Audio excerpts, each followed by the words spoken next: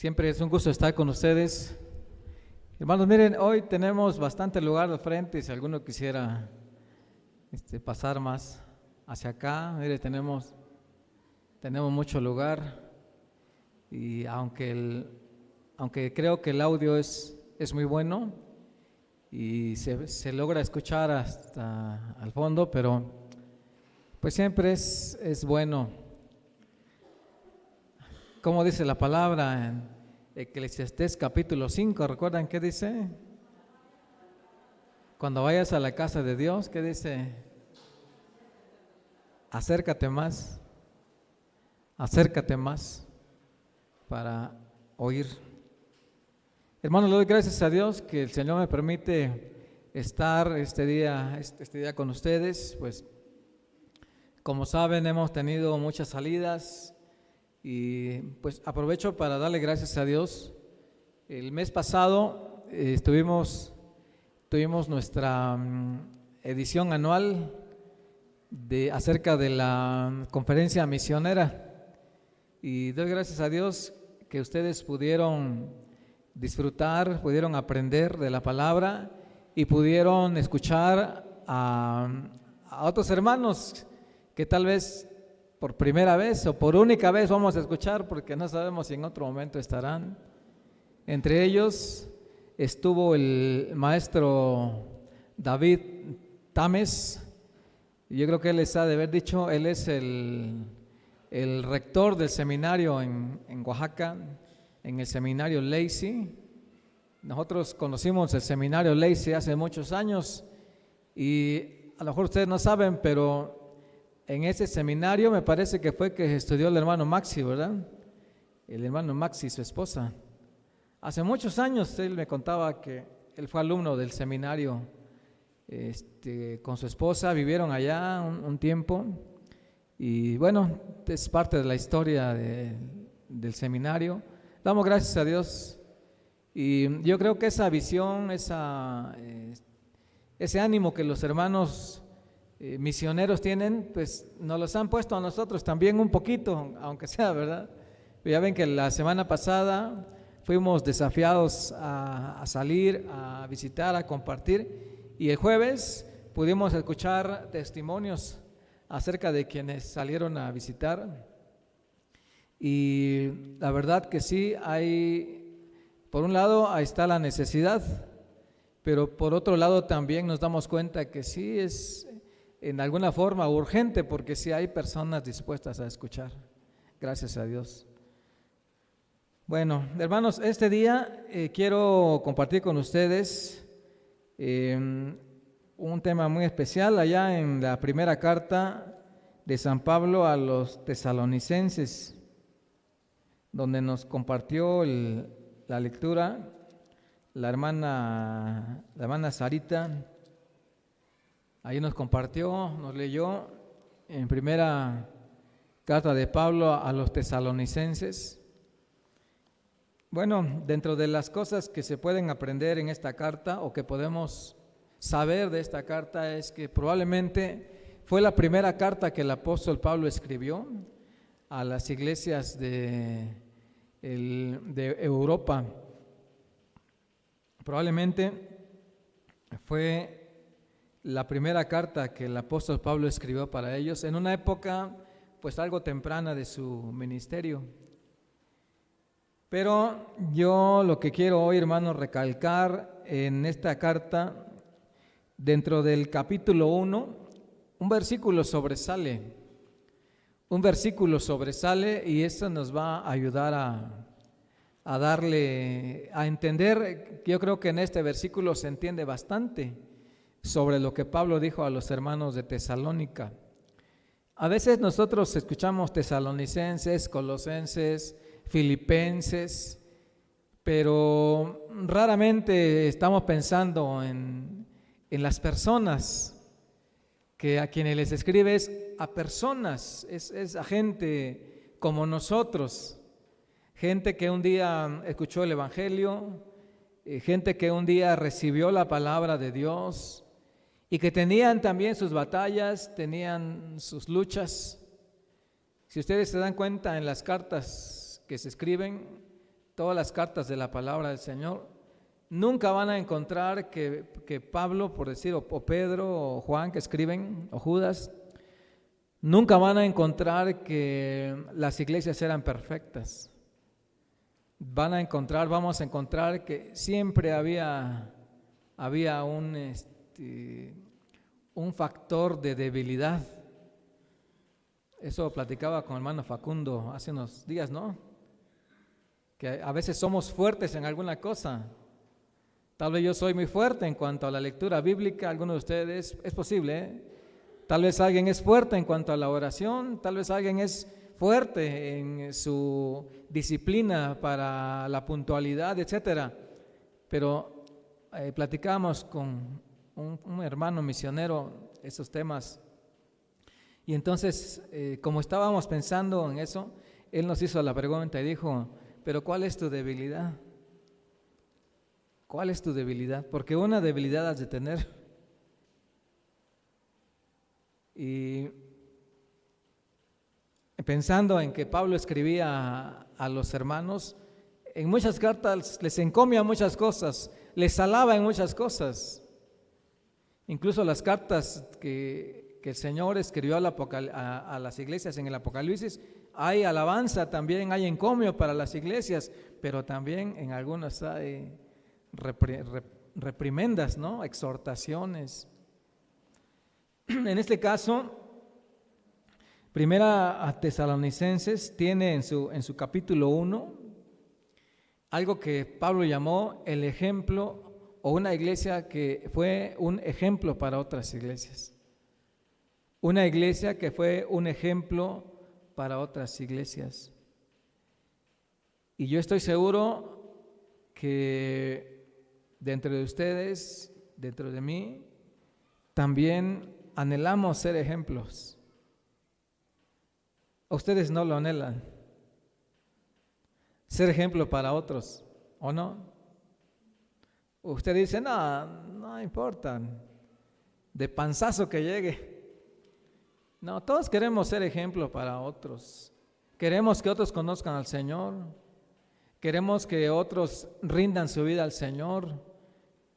Pero no se puede predicar solo con la boca. Se tiene que predicar también con el ejemplo.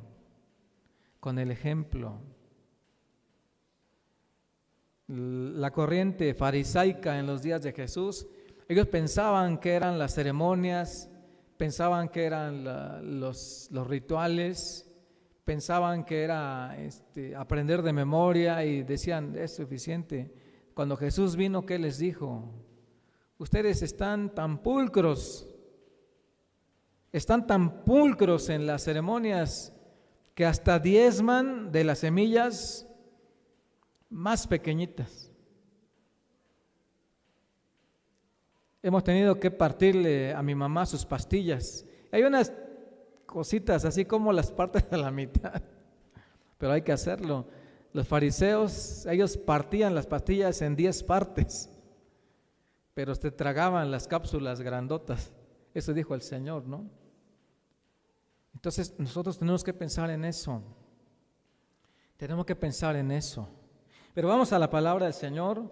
Voy a leer un texto. Bueno, voy a leer desde el principio. Miren lo que dice Pablo, Silvano y Timoteo a las iglesias, a la iglesia de los tesalonicenses, en Dios y Padre, en el Señor Jesucristo. Gracia y paz sean a vosotros de Dios nuestro Padre y del Señor Jesucristo. Damos siempre gracias a Dios por todos vosotros, haciendo memoria de vosotros en nuestras oraciones, acordando sin cesar delante del Dios y Padre nuestro de la obra de vuestra fe, del trabajo de vuestro amor y de vuestra constancia en la esperanza en nuestro Señor Jesucristo. Porque conocemos, hermanos amados de Dios, vuestra elección, pues nuestro evangelio no llegó a vosotros en palabras solamente, sino también en poder, en el Espíritu Santo y en plena certidumbre, como bien sabéis cuáles fuimos entre vosotros por amor de vosotros. Amén. Vamos a orar. Quiero hacer una oración especial por la palabra. Gracias, Señor, que tú nos das en este momento la libertad de no solamente de tener en nuestras manos la palabra, sino la libertad de entrar, de profundizar en ella. Y no solo la libertad, sino la ayuda de tu Espíritu Santo también. Señor, nuestra oración siempre es que la iglesia, en donde quiera que se encuentre la iglesia tuya, la iglesia de Jesucristo, siempre avance, siempre se mantenga firme, sobre todo cumpliendo el propósito, uno de los grandes propósitos, que es alcanzar a otros, llevar a otros a tu presencia, Señor. Aunque hay muchos detractores, aunque hay muchos que alegan y tratan de traer tropiezos, tratan de distraer acerca de la fe con filosofías, con razonamientos, pero nosotros queremos perseverar en tu enseñanza, Señor. Señor, ayúdanos este día a examinar tu palabra y a recibir de tu Espíritu, Señor. Así oramos, Señor, en el nombre de Jesús, nuestro Salvador. Amén. Amén. Muy bien, hermanos. Pues miren, quiero que me ayuden a leer, vamos a leer todos juntos, el versículo primera Tesalonicenses, versículos 2 y 3. Juntos dice así: damos siempre gracias a Dios por todos vosotros, haciendo memoria de vosotros en nuestras oraciones, acordándoos sin cesar delante del Dios y Padre nuestro de la obra de vuestra fe, del trabajo de vuestro amor y de vuestra constancia en la esperanza en nuestro Señor Jesucristo. Amén. Hermanos, aquí en este versículo número 3 encontramos un triple reconocimiento que Pablo estaba haciendo a la iglesia de Tesalónica. Un triple reconocimiento. ¿Cuál era el triple reconocimiento? ¿Qué reconocía el apóstol Pablo de ellos? Primero, dijo la obra de vuestra fe, primero. En segundo lugar, el trabajo de vuestro amor. Y en tercer lugar, vuestra constancia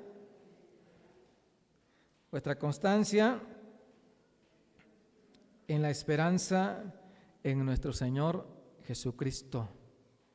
Y hermanos, porque estas son tres cosas que deben distinguir la obra del evangelio verdadero en las personas, sobre todo en una congregación.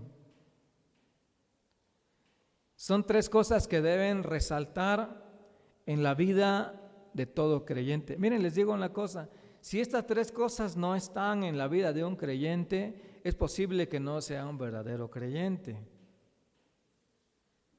Es decir, que podríamos hablar de un evangelio integral o de una obra integral del evangelio. ¿Qué es lo primero que dice Pablo? ¿Qué reconocía él primeramente? La obra de su fe. La obra de la fe de los hermanos de Tesalónica. En otras palabras, lo que estaba produciendo la fe en sus vidas. Y ustedes saben, hermanos, que la palabra del Señor dice que allá en Efesios 2, 8 y 9, ¿recuerdan que dice? Que nosotros somos salvos ¿por qué somos salvos? Por la fe. Y dice que esa fe no es algo que nació de nosotros, sino que fue un don de Dios. Así es. Entonces, ¿qué quiere decir, hermanos? Quiere decir, o lo que Pablo está diciendo a los hermanos, es que ellos de veras se habían convertido. Es lo que está diciendo en pocas palabras. La obra de la fe en una persona, o la evidencia de la obra de la fe en una persona, es su verdadera conversión. Es decir, que la fe que tiene está dando resultados, está dando frutos. Y no tiene mucho que hablamos de un personaje chaparrito que se subió a un árbol para ver a Jesús. Cuando Jesús estaba en su casa de ese hombre llamado Zaqueo, ¿recuerdan qué dijo él? La salvación ha llegado a esta casa. ¿Y qué vio el Señor para hacer esa conclusión? ¿Qué fue lo que el Señor observó para llegar a esa conclusión? Porque dice que Zaqueo inmediatamente lo recibió en su casa. Inmediatamente lo invitó a pasar. Inmediatamente escuchó la palabra. Inmediatamente tomó determinaciones. Señor, la mitad de mis bienes le doy a los pobres. Y si en algo he defraudado a alguien, se lo devuelvo cuadruplicado. Bueno, dice el apóstol Pablo escribiendo a los hermanos, nos acordamos, dice, sin cesar delante del Señor, Dios y Padre nuestro, la obra de vuestra fe. Es decir, el Evangelio o la fe había hecho muy diferentes a las personas que habían conocido al Señor. ¿Cómo lo sabemos? Porque dice, miren, la obra de vuestra fe, del trabajo de vuestro amor y de vuestra constancia en la esperanza en nuestro Señor Jesucristo. Vean, hermanos, el cambio que había habido en aquellas personas de Tesalónica, en aquellos tesalonicenses. Tal vez debo leer un poquito más para tener toda la idea. ¿Qué estaba pasando? ¿Qué estaba pasando allá en Tesalónica? Miren lo que dice. ¿Qué estaba pasando? El versículo 6 en adelante nos dice así: y vosotros vinisteis a ser imitadores de nosotros y del Señor, recibiendo la palabra en medio de gran tribulación, con gozo del Espíritu Santo, de tal manera que habéis sido ejemplo a todos los de Macedonia y de Acaya que han creído. Pues partiendo de vosotros ha sido divulgada la palabra del Señor, no solo en Macedonia y Acaya, sino que también en todo lugar vuestra fe en Dios se ha extendido, de modo que nosotros no tenemos necesidad de hablar nada. No tenemos necesidad de hablar nada, dice el versículo 9, porque ellos mismos cuentan de nosotros la manera en que nos recibisteis y cómo os convertisteis de los ídolos a Dios para servir al Dios vivo y verdadero, y esperar de los cielos a su Hijo, al cual resucitó de los muertos, a Jesús, quien nos libra de la ira venidera. Hermanos, ¿qué estaban haciendo los hermanos de Tesalónica? ¿Qué estaban haciendo para que Pablo dijera, me doy cuenta de su fe? Para que dijera Pablo, me doy cuenta de su amor, y que dijera, me doy cuenta que de veras están esperando en Cristo. ¿Qué estaban haciendo los hermanos?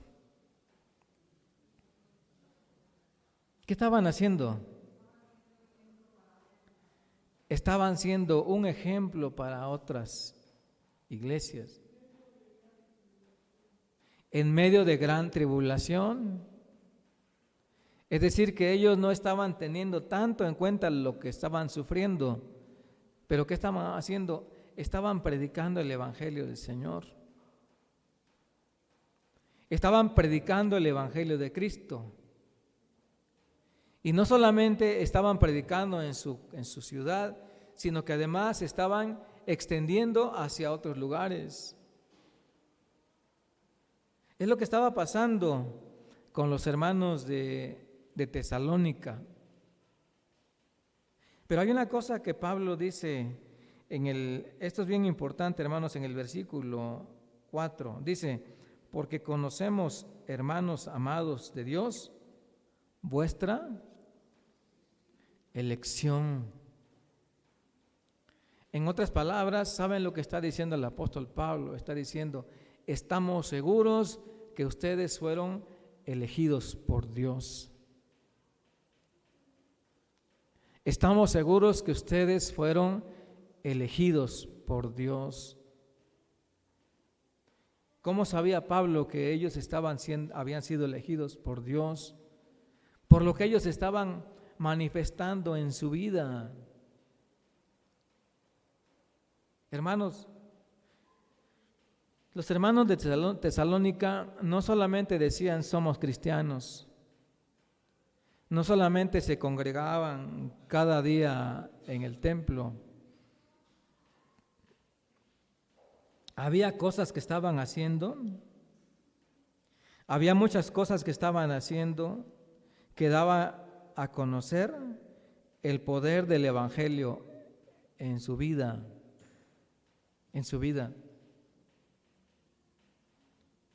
Y bueno, todavía no vamos a ir a la aplicación de esto, pero algo que nos sorprende, y yo estoy seguro que a ustedes les va a sorprender también. ¿Saben ustedes cuánto tiempo pasó el Señor Jesús con sus discípulos para enseñarles todo lo que debían saber? Jesucristo, el Señor, ¿cuánto tiempo pasó con sus discípulos? 3 años aproximadamente. Y cuando terminó la prueba para ellos, nos damos cuenta que todavía había tantas imperfecciones. Todavía tenían muchos pensamientos. Pero yo quiero hacer una pregunta ahora.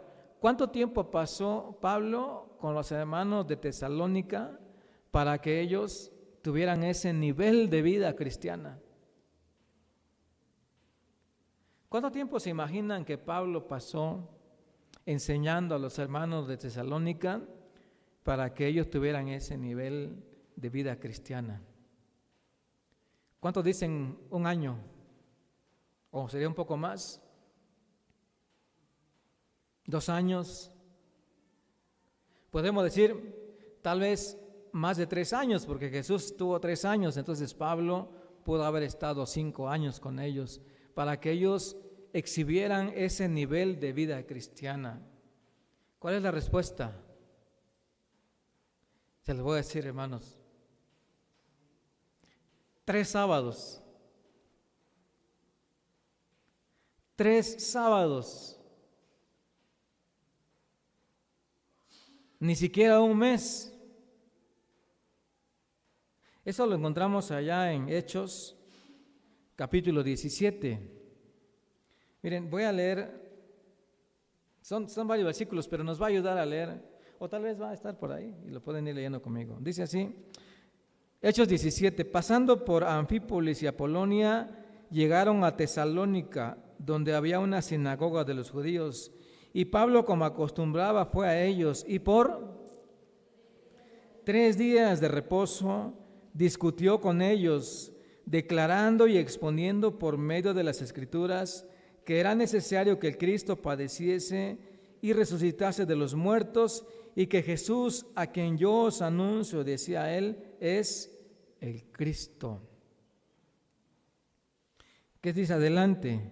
Y algunos de ellos creyeron y se juntaron con Pablo y con Silas, y de los griegos piadosos gran número, y mujeres nobles no pocas. Entonces los judíos que no creían, teniendo celos, tomaron consigo a algunos hombres ociosos, malos, y juntando una turba, alborotaron la ciudad y asaltaron la casa de Jasón. Y saben, hermanos, esa misma noche, Pablo y Silas fueron enviados a Berea. ¿Cuánto tiempo estuvo Pablo en Tesalónica? 3 semanas. Hermanos, ¿cuánto tiempo se necesita para vivir una vida cristiana al nivel de los tesalonicenses? ¿Cuánto se necesita? Bueno, ellos necesitaron una semana. Y podemos decir, bueno, pero a ellos les enseñaba Pablo. Pero ellos tenían al Espíritu Santo. Pero ellos habían sido elegidos por Dios. ¿Cuál es la única diferencia entre ellos y nosotros? Que aquí no está Pablo.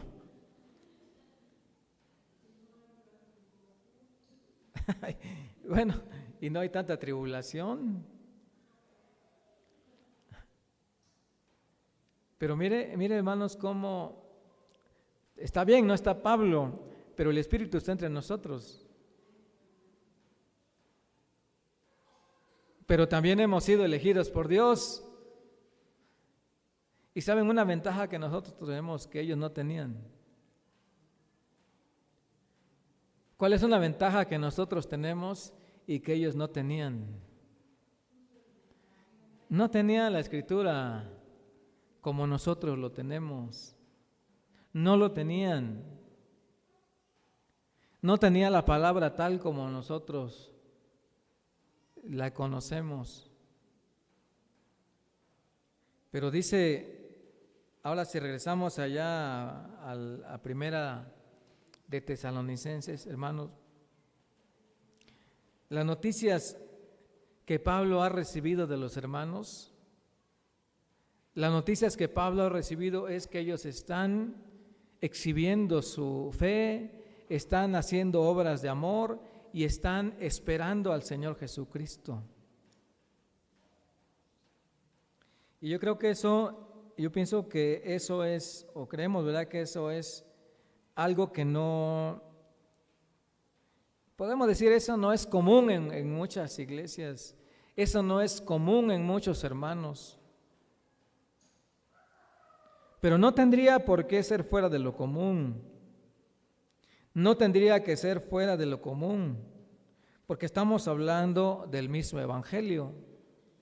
No estamos hablando, imagínense hermanos que la Biblia dijera que Pablo predicó otro evangelio en Tesalónica y otro en Roma y otro en Filipos, y dijéramos, bueno, como tuvieron diferente información, tuvieron diferente revelación, por eso es que eran diferentes. Hermanos, el evangelio que Pablo predicó a los hermanos de Tesalónica es el mismo evangelio que nosotros recibimos. El mensaje que Pablo dirigió a los hermanos de Tesalónica es el mismo que nosotros recibimos. Pero había una diferencia, tal vez, yo lo digo, ustedes lo pueden percibir también,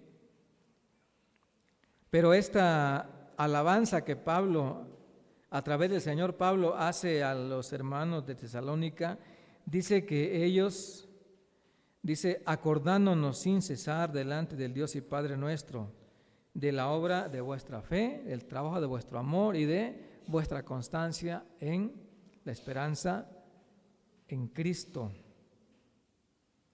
Y realmente eso es lo que Pablo está reconociendo a los hermanos. Pero vamos a pensar ahora en esto, hermanos, vamos a pensar en esto.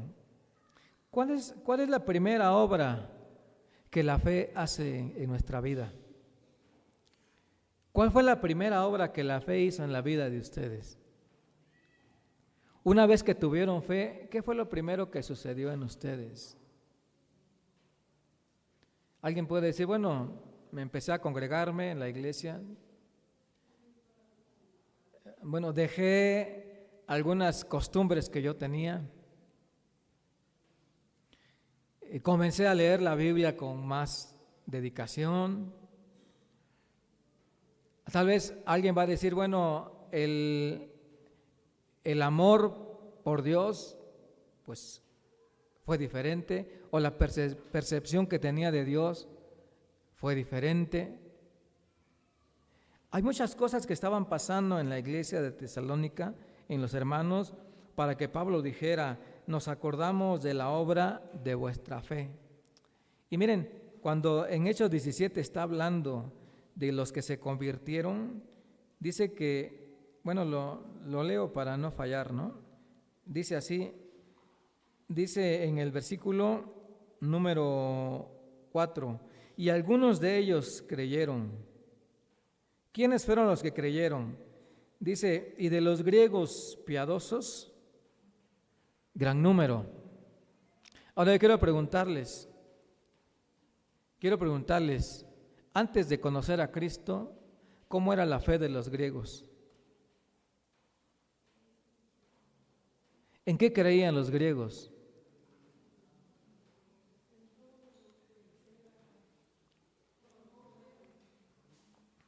¿En qué creían los griegos? Por una parte, ellos tenían muchos dioses, ¿no? Por ejemplo, ahorita que está lloviendo, ¿qué dirían ellos? ¿Quién mandó la lluvia? ¿Quién era el dios de la lluvia para ellos? De los vientos y la lluvia, este hombre llamado Eolo, ¿no? Tal vez. El mar, ellos pensaban que el mar era guardado por Poseidón, ¿no?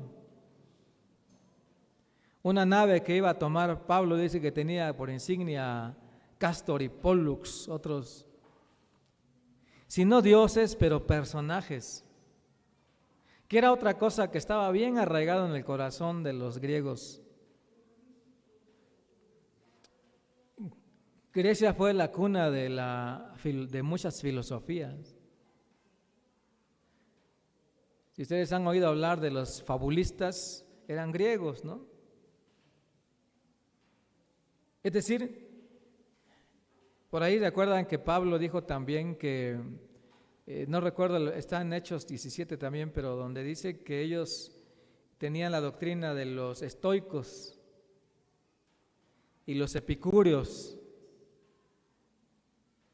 El estoicismo y son doctrinas que, por ejemplo, el estoicismo más o menos es que casi todo se le atribuye a un proceso natural, las cosas tienen que pasar porque van a pasar, nadie puede intervenir, pero nosotros sabemos que quien está en control de todo es el Señor. Y el Señor puede intervenir en las causas naturales. Aquella ocasión cuando la barca se hundía, que ya casi se hundía, ¿quién reprendió al viento, al mar? ¿Quién trajo la bonanza?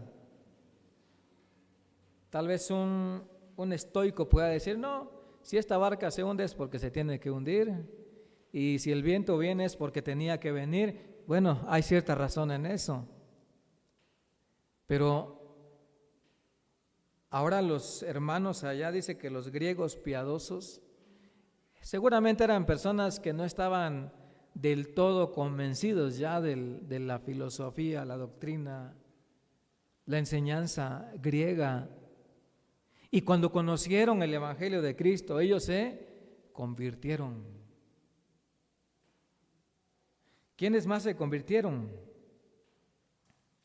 Dice, algunos de ellos creyeron y se juntaron con Pablo y Silas, los griegos piadosos y mujeres nobles. ¿Cuántas?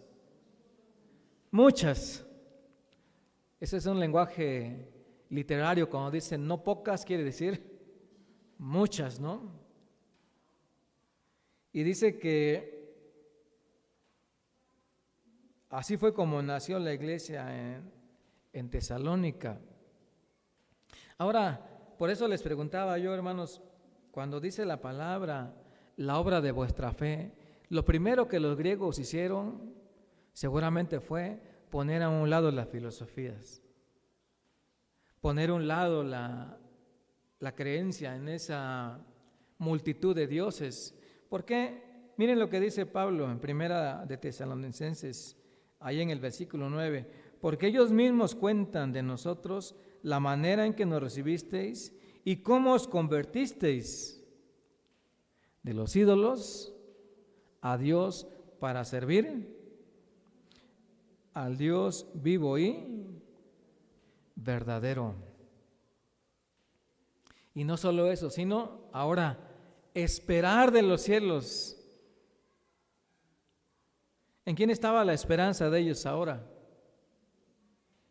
En Cristo. Su esperanza ya no estaba en lo terrenal, su esperanza ya no estaba en lo mundanal, su esperanza ya no estaba en una vida transformada. Bueno, hasta el día de hoy tenemos influencia de las filosofías griegas en nuestra vida. No nos da el tiempo y de todos modos yo no pensé en todo eso, pero podríamos haber hablado de eso. ¿De cuántas influencias griegas tenemos todavía en nuestra vida? Empezando con la raíz de nuestro lenguaje. Nuestras etimologías, la raíz de nuestras palabras son grecolatinas. Grecolatinas, parte del griego y parte del latín. Cualquier palabra, muchas palabras que ustedes quieran analizar están allá con esa raíz, ¿no? Hipocampo es un animal, un término. ¿Qué es hipocampo? Caballo de agua, trayendo la raíz, ¿no? Muchas materias que llevamos o de las que tocamos diariamente en la vida tienen sus raíces allá. Hermanos, la obra de la fe, cuando Pablo habla de las obras de la fe, está hablando de los cambios que la fe produce en nuestras vidas. Y cuando dice de la fe, especialmente se refiere a lo que creemos el día de hoy. ¿Cuál es nuestra esperanza el día de hoy? O sea, miren hermanos, nosotros vivimos día a día.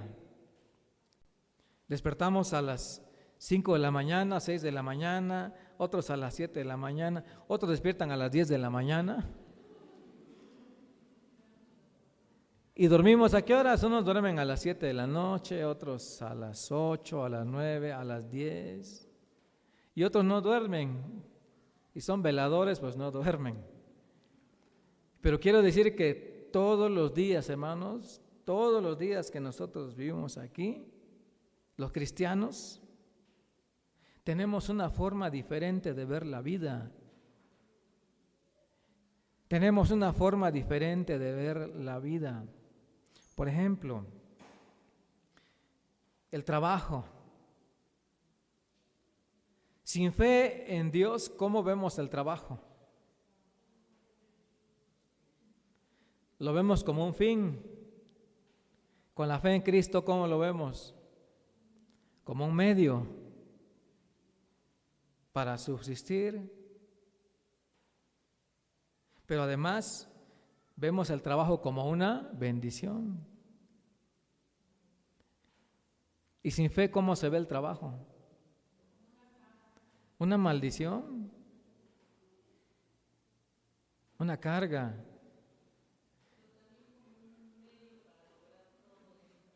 Sí, para alcanzar, ¿no?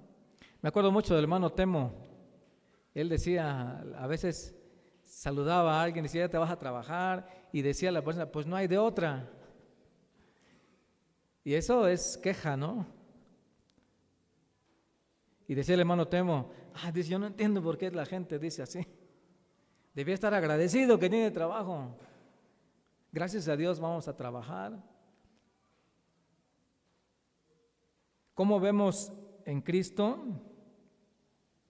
¿Cómo vemos en Cristo las tragedias de nuestra vida?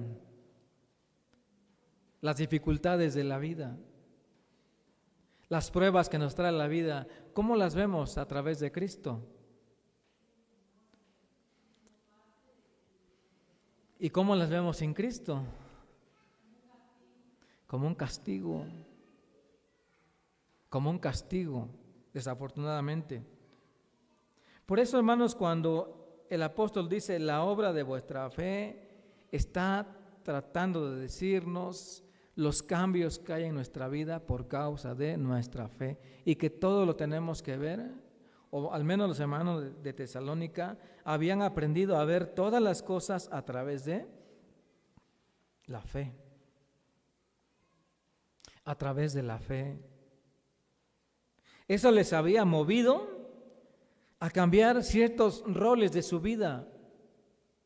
Les había llevado a cambiar ciertos roles de su vida.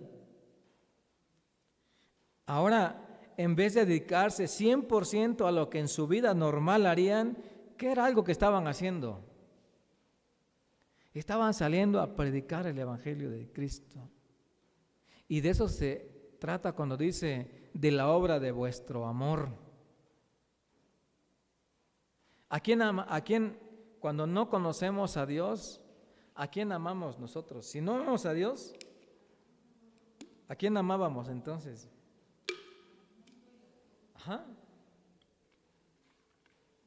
Primero, dice la palabra que amamos al mundo y las cosas que están en el mundo. Si no conocemos al Señor, además, la persona más adorada, cuando uno no conoce a Dios, ¿quién es el centro de la adoración? Fíjense que algunos pueden decir, bueno, el centro de la adoración es el universo, el centro de adoración es tal santito por allá o algo así. Pero la verdad es que sin Cristo, el centro de la adoración es uno mismo. Es uno mismo, porque uno quiere estar bien, satisfacer todo lo que uno necesita, todo lo que uno desea. Y las personas que andan buscando el favor de los dioses, no están haciendo por agradar a los dioses, están haciendo por agradarse a sí mismos. Entonces, ¿cómo cambió la vida de los hermanos de Tesalónica? La obra de amor, ahora, como ya no se amaban a ellos mismos, como ellos demostraron no amar tanto al mundo, ellos ¿a quién estaban amando ahora? Estaban amando a Dios. Y por amor a Dios decidieron dejar muchas cosas que ellos hacían. Decidieron dejar muchas de las cosas que hacían, pero no se quedaron vacíos, sino que ellos llenaron ese vacío con obras para el Señor.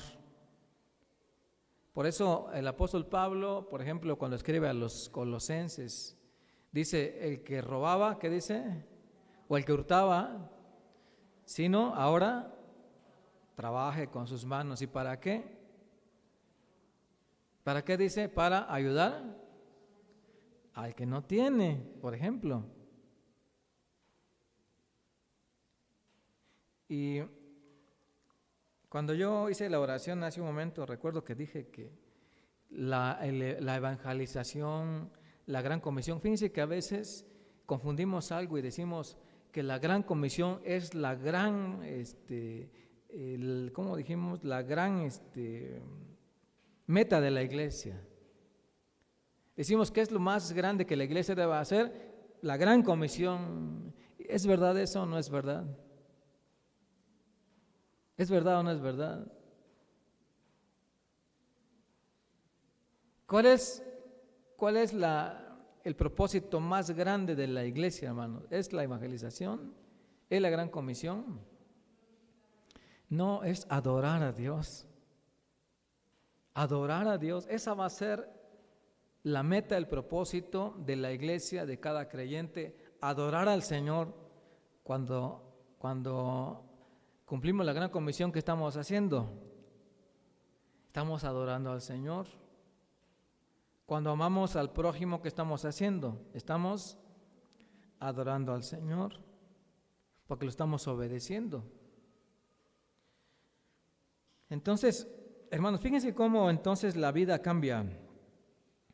Cuando el Evangelio llega a la vida de una persona, una muestra tangible de que la fe ha llegado es que la vida ya no es la misma. Recuerdo ahorita me estaba acordando de un hermano también, que estamos platicando de este tema, de cómo la vida cambia. Y decía él, cuando yo cuento mi vida, decía, yo digo antes de Cristo y después de Cristo. Dice, cuando tenía yo 35 años, antes de Cristo, decía él. No recuerdo a cuántos años él recibió a Cristo, pero decía, después de Cristo. Y eso es algo que todos nosotros debemos tener bien claro, hermanos. La fe produce obras. Las obras no producen fe, pero la fe produce obras. La fe nos lleva al amor al Señor, y el amor trabaja para el Señor. Pero sin duda que lo más importante, o no lo más importante, pero vamos a decirlo de esta manera: si no tenemos fe en el Señor Jesucristo, allá en Primera de Corintios capítulo 15, el apóstol Pablo habló acerca de la fe muerta, cuando dijo, ¿y si Cristo no resucitó? Vana es nuestra fe, vana es la predicación, aún estamos en nuestros pecados. Lo que quiere decir que la resurrección de Cristo es lo que hace viva nuestra fe. Y por eso Pablo está diciendo aquí a los hermanos que no solamente es la obra de la fe, no solamente es la obra de amor, sino que es la constancia en la esperanza en Cristo. Bueno, voy a tenerme tantito ahí. Hermanos, yo estoy seguro que el evangelio que fue predicado para nosotros es el mismo evangelio que Pablo predicó a los hermanos de Tesalónica. Y yo creo también que al ser elegidos por Dios, el evangelio ha hecho esa obra en nosotros para que podamos creer en Él y para que podamos amarlo y hacer obras que demuestren el amor. Pero ¿saben una cosa, hermanos? Que a la par que el Señor está trabajando en nuestras vidas, la misma palabra dice que hay un enemigo que no descansa.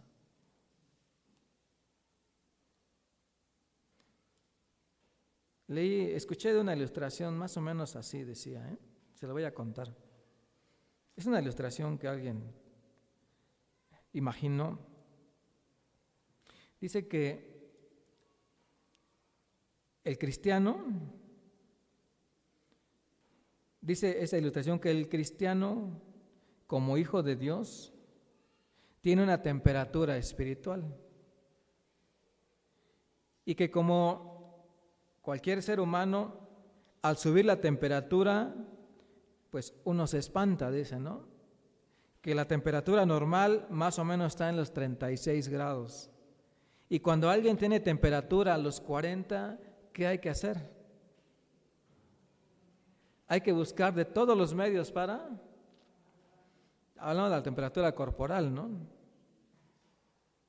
Trapos con agua fría, el paracetamol, no sé, para que la temperatura se nivele. Bueno, pues esta ilustración dice que un día estaba el diablo allá en su lugar, y entonces le dice uno de sus demonios, oye, le dice, fíjate que Juanito, dice, el que apenas recibió a Cristo, dice, ¿no? Le está subiendo la temperatura. Tiene como 40 grados. Y dice el diablo, ¿y eso qué significa? Dice que ya está pensando en ir a evangelizar.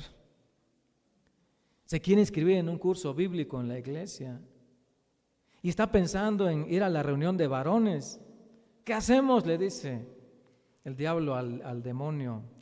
Pues no sé, dice, pero hay que hacer algo para bajarle la temperatura. Pues dice, pues mándale algo por ahí, no sé, algo, entretenlo con alguna cosa. Y dice esta ilustración que el demonio dijo, eso es fácil, dijo, ahorita le ponemos un programa en la televisión. Ahorita le endulzamos el oído con una música de esas bien pegajosas. Y a ver qué otra cosa. Pues dice que el demonio ese comenzó y al rato le habla al diablo y le dice, oye, ¿qué crees?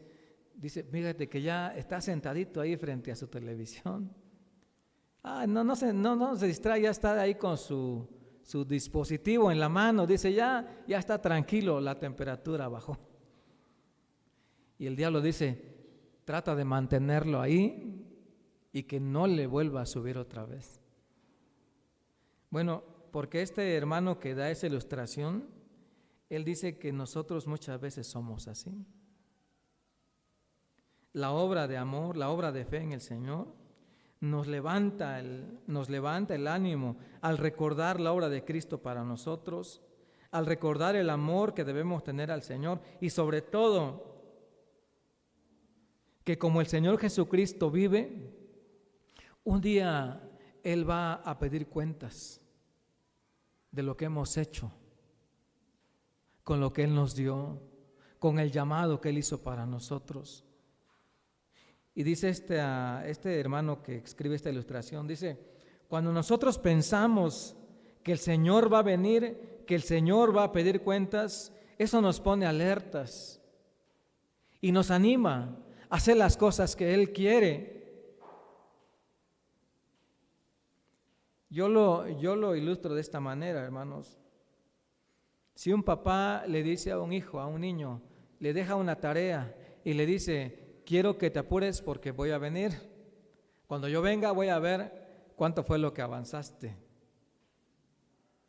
Puede ser que durante las primeras horas del día el niño no haga mucho, pero se va acercando el tiempo y cuando dice ya en un ratito mi papá va a venir, ¿qué pasa?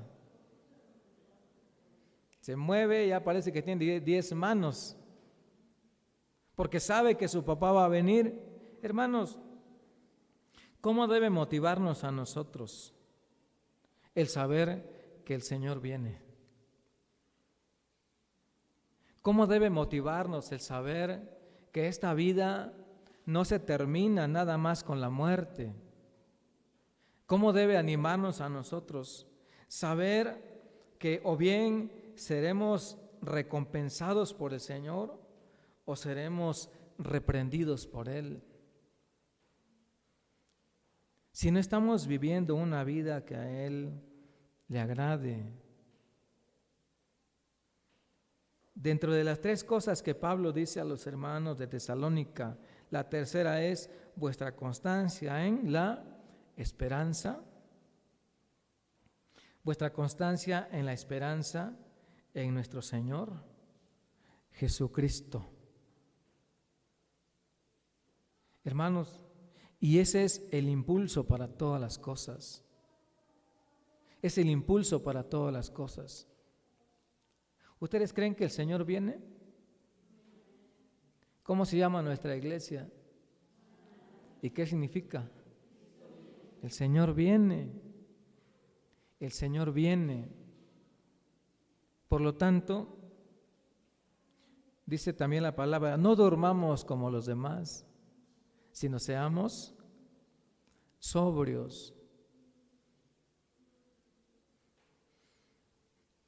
¿Cómo afecta para nosotros, ya no los de Tesalónica, sino nosotros los hermanos en Cristo en esta congregación? ¿Cómo afecta para nosotros que el Evangelio haya llegado a nuestras vidas? ¿Qué haces diferente o qué te hace diferente a otros?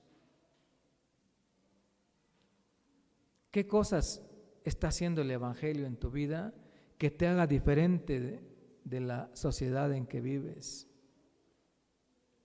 de las personas que convives a diario? ¿Cuáles son esas obras que la fe o ha hecho o está haciendo en tu vida? Definitivamente no podemos ser las mismas personas que fuimos sin Cristo.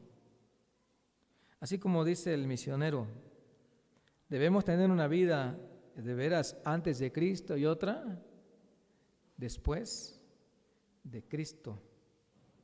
Hermanos, ¿estamos siendo un ejemplo para otras congregaciones? ¿Cuántas congregaciones hay en nuestra comunidad? ¿En nuestro alrededor? ¿Y qué dijo Pablo? Ustedes son un ejemplo. En otras palabras, son un referente de la fe. Se nota que el Evangelio llegó a ustedes con poder, porque los transformó, porque les cambió sus pensamientos, porque les cambió su dinámica de vida. Y ahora ya no se ocupan nada más en ustedes, sino que están esperando ansiosos el regreso del Señor Jesucristo. Y entonces, hermanos, eso es lo que Pablo estaba alabando a los hermanos de Tesalónica.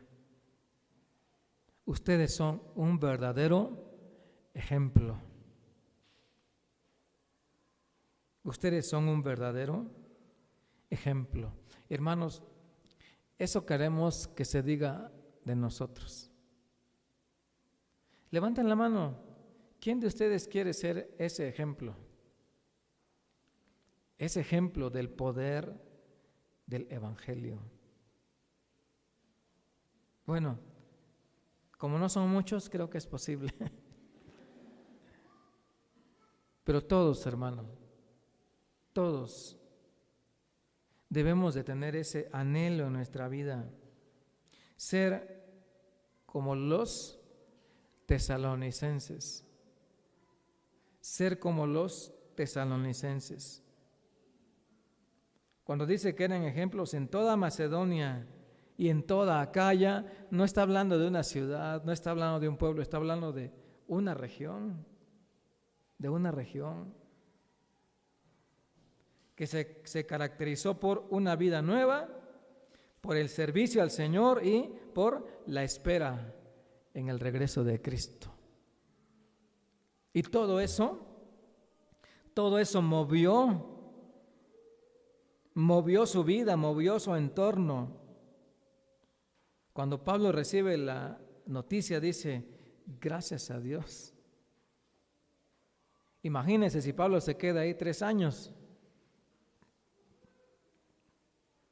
Pero fueron 3 semanas bien fructíferas. Hermano, no esperes más.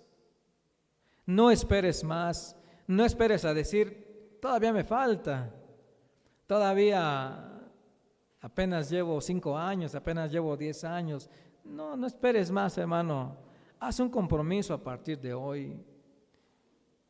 Párate delante del Señor hoy, este día, y di, Señor, a partir de este día, si mi vida, si mi fe no ha mostrado obras, a partir de hoy te pido que me ayudes a mostrar obras de mi fe. Si no he trabajado para ti, no he hecho nada para ti, a partir de hoy quiero cambiar las cosas que hago en otro lugar, hoy quiero hacerlas para ti. Y en tercer lugar, lo único que deseo es que tú regreses.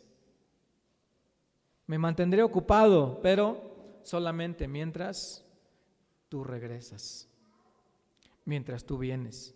Hermanos, el día que Cristo venga, nada de lo que hay aquí nos va a importar. Nada. Yo no puedo pensar en un creyente que diga como aquel hombre, primero déjame ir a despedirme de mis padres. No creo. Cuando el Señor venga, si estás sellado con el Espíritu Santo y vas a ir con Él en ese momento, ni siquiera vas a tener tiempo de pensar en nadie más que ir a la presencia de Dios. Vivamos así, hermanos, vivamos de esa manera, esperando que Él viene por nosotros. Vamos a orar en este momento y vamos a pedir al Señor, hermanos, que de veras seamos un ejemplo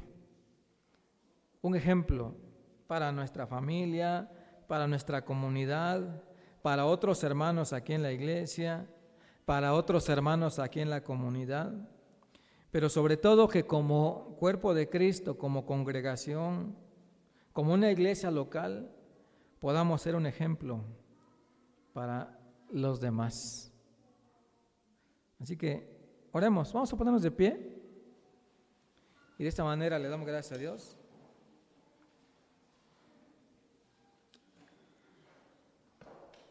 Oramos.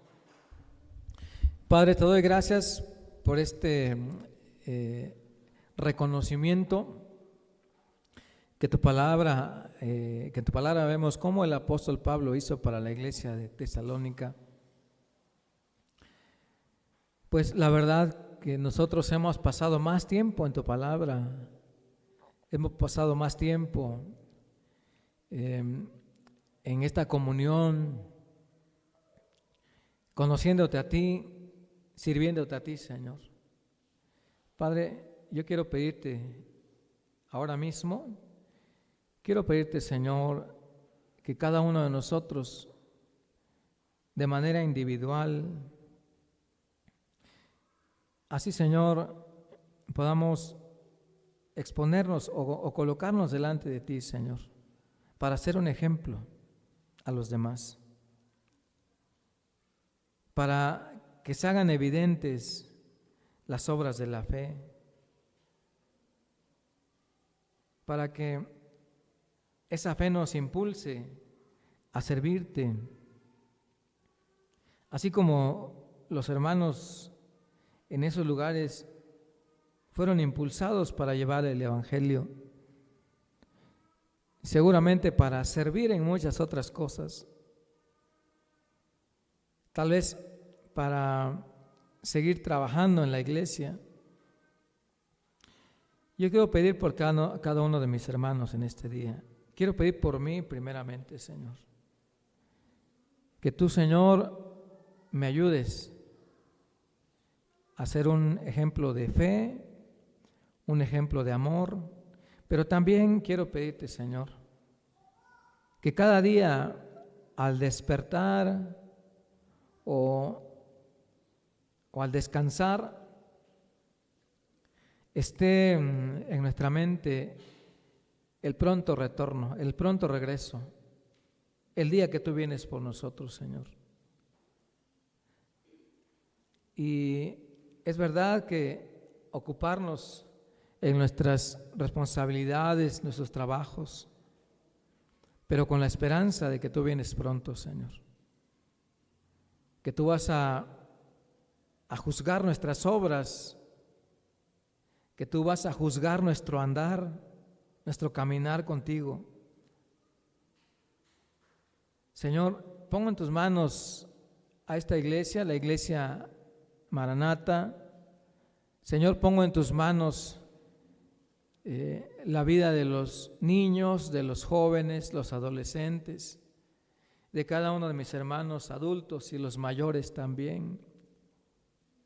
Señor, ayúdanos a reflejar con fidelidad,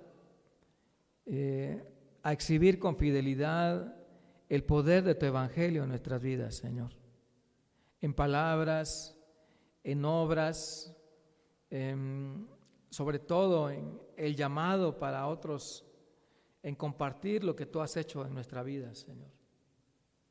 Así, Padre, queremos de alguna manera demostrar el amor que tenemos para ti. Señor, también quiero pedirte perdón en este momento por todas las cosas que han estado ahí detenidas por decisiones, por determinaciones, que han estado pausadas, que han estado detenidas por las distracciones de este mundo, por intereses propios y que no son de tu reino. Tal vez alguien en este día se siente con esa necesidad también de pedir perdón, porque a veces la mirada está puesta solamente en lo presente y no en el futuro, o está puesta en el futuro pero de manera errónea, pensando que somos eternos aquí. Señor, ayúdanos también a colocar los ojos de la fe en nuestros hijos, en nuestra descendencia, a mostrar nuestra fe primeramente en nuestra familia. Señor, ten misericordia de nosotros, Señor. Ten misericordia, Señor. Y en el tiempo que todavía estamos en tu gracia, ayúdanos, Señor. Si tenemos que enderezar el camino, ayúdanos a enderezarlo, Señor. Si tenemos que regresar, hay que regresar también, ayúdanos a regresar. Señor, si alguien en este momento aquí está dudando en cuanto a su fe, si alguien no está seguro de su salvación, si necesita la ayuda para encaminarse bien, ayúdanos a hacer esa ayuda también. Señor, gracias por tus bendiciones. Gracias por estar siempre a nuestro lado, por tu presencia que es prometida siempre delante de nosotros, Señor. Estamos en tus manos, te adoramos y te bendecimos en el nombre del Señor Jesucristo. Amén. Amén. Hermanos, que el Señor les bendiga. Tomen asiento, por favor.